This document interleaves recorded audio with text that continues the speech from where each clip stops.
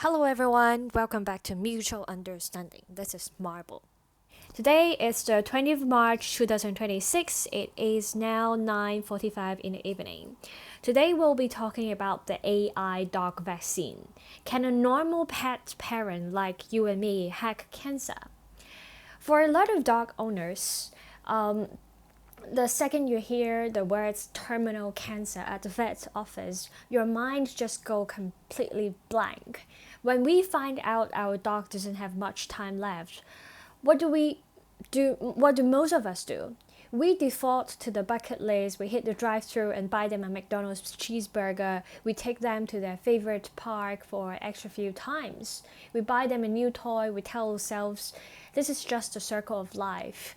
All I can do is make them comfortable for their final days. But anyone who has ever loved and lost a dog knows the reality isn't that peaceful. The absolute worst part isn't just the final moments they pass away. The worst part is the helplessness.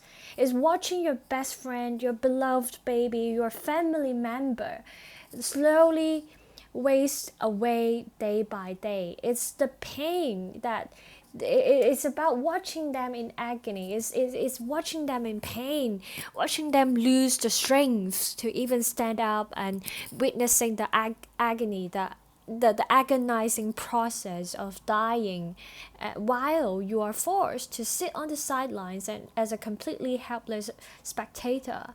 That feeling of total powerlessness will eat you alive. But what if I told you that buying a cheeseburger and just waiting for the end isn't your only option? Recently, there was a crazy news story about a guy with no biological background who used AI to develop a custom mRNA vaccine for his terminally ill dog and shrank her tumor by 75%. A lot of people saw that and thought, well, he's a tech guy, I'm just a normal person, I'm just a layman, what can I do? Today, we are breaking down that myth. I'm going to show you exactly how he did it step by step, to the best I can. My stance on this is simple. As a normal pet parent, if you aren't ready to just sit back and watch them fade away, you don't have to. It's not entirely impossible to fight back.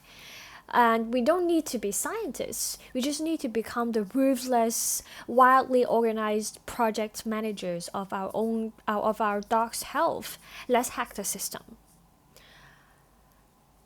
Step 1. Overcoming the jargon. So biology isn't necessarily harder than whatever we do for our day jobs. It's just a different vocabulary. If we want to do this, our first stop is an advanced AI like ChatGPT, Claude, or Gemini. We are going to take complex, paywalled scientific papers about mRNA neoantigen vaccines in canines and feed them into the AI. We are treating the AI like our personal postdoc translator.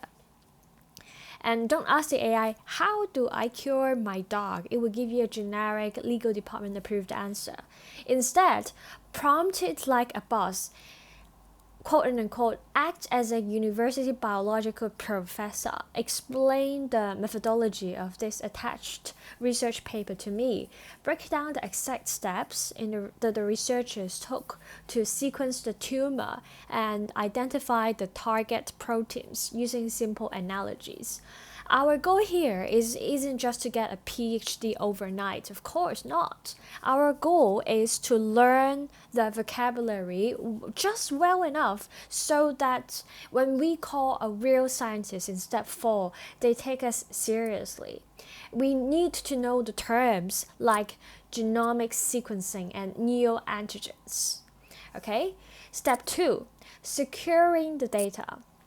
We need the raw data, and let's be real, we can't sequence DNA in our kitchens. But here's the secret, we don't have to. DNA sequencing is a commercial service now.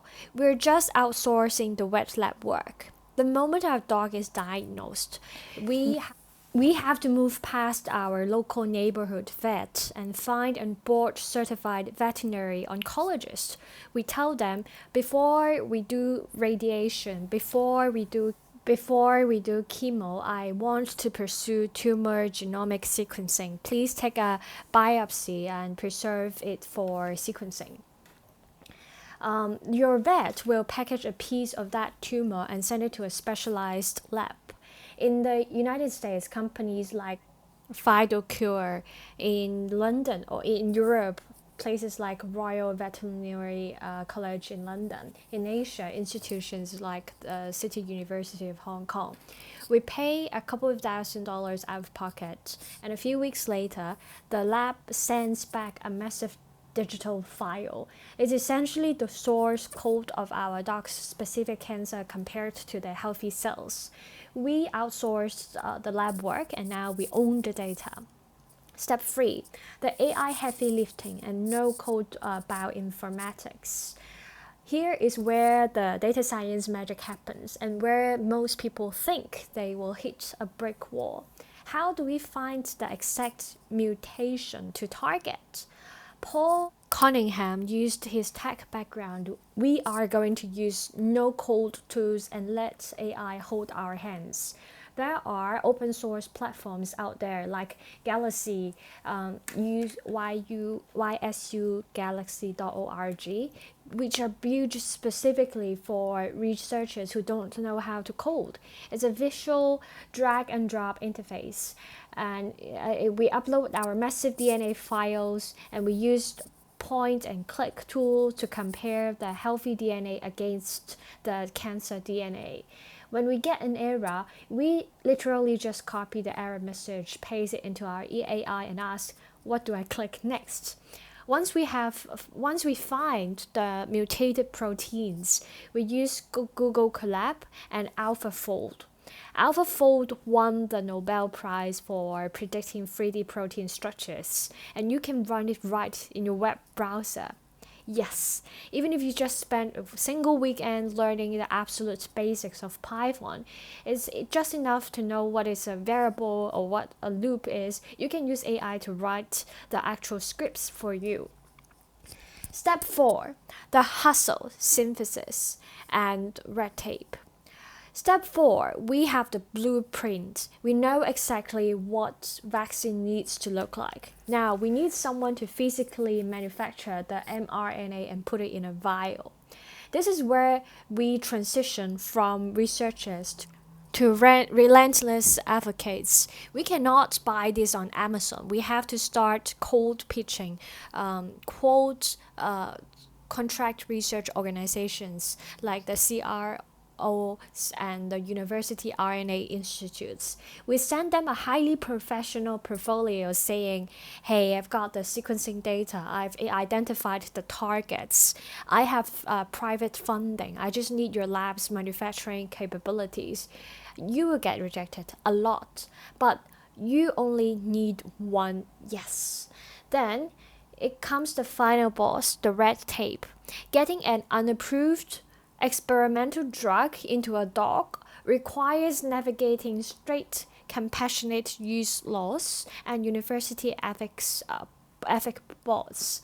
This is where you have to build an airtight case. You need to use AI to help you draft heavily cited persuasive proposals proving that the standard care has failed. It requires meticulous drafting and anticipating liabilities, the kind of intense, detail-oriented document building that lawyers or project managers do every single day. Okay, now let's hit a rapid fire Q&A to keep this grounded in reality. Some of you might think, how much does this actually cost? Are we talking millions? That's a great question. Not millions, but it's not cheap. Let's be real here. The initial DNA sequencing usually costs between $1,000 and $3,000 US. The synthesis of a custom vaccine is the wild card. Depending on the lab, you could be looking at anywhere from $5,000 to $15,000 plus for the physical manufacturing. It's the price of a used car. Question 2. Will my local vets think I'm completely insane if I ask to do this? Honestly, probably. If you go to the vet who normally just gives out rabies shots and you tell them, hey, I want to synthesize an mRNA neoantigen vaccine using Google AlphaFold, they will look at you and wonder if you're high, that's why you must get referred to a veterinary oncologist. Specialists at major cancer centers are plugged into this stuff. Talk to the right audience. All right. Look, I'm going to shoot straight with you. Going down this rabbit hole, reading dense medical papers, cold emailing universities, fighting through the red tape, spending thousands and thousands of dollars out of pocket. It is brutal. It is exhausting. And you might be wondering, if I go through all this hell, is it guaranteed to cure them? Honestly, no.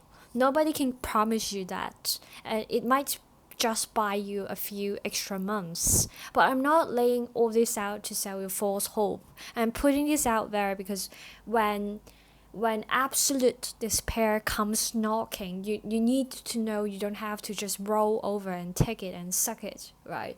When you come home from a long, exhausting day and your dog still manages to wag their tail or lean into your hand and so you can sit there and pet them, you know they haven't given up. And if they haven't given up, why should we be the ones to write their ending for them? Even if going through this crazy AI-driven process doesn't change the final outcome, yes, we all will die, right? That's destiny, that's life, the life cycle. At least during the hardest day of their life, you're no longer just a bystander crying in a corner. You're in the trenches, fighting right alongside them.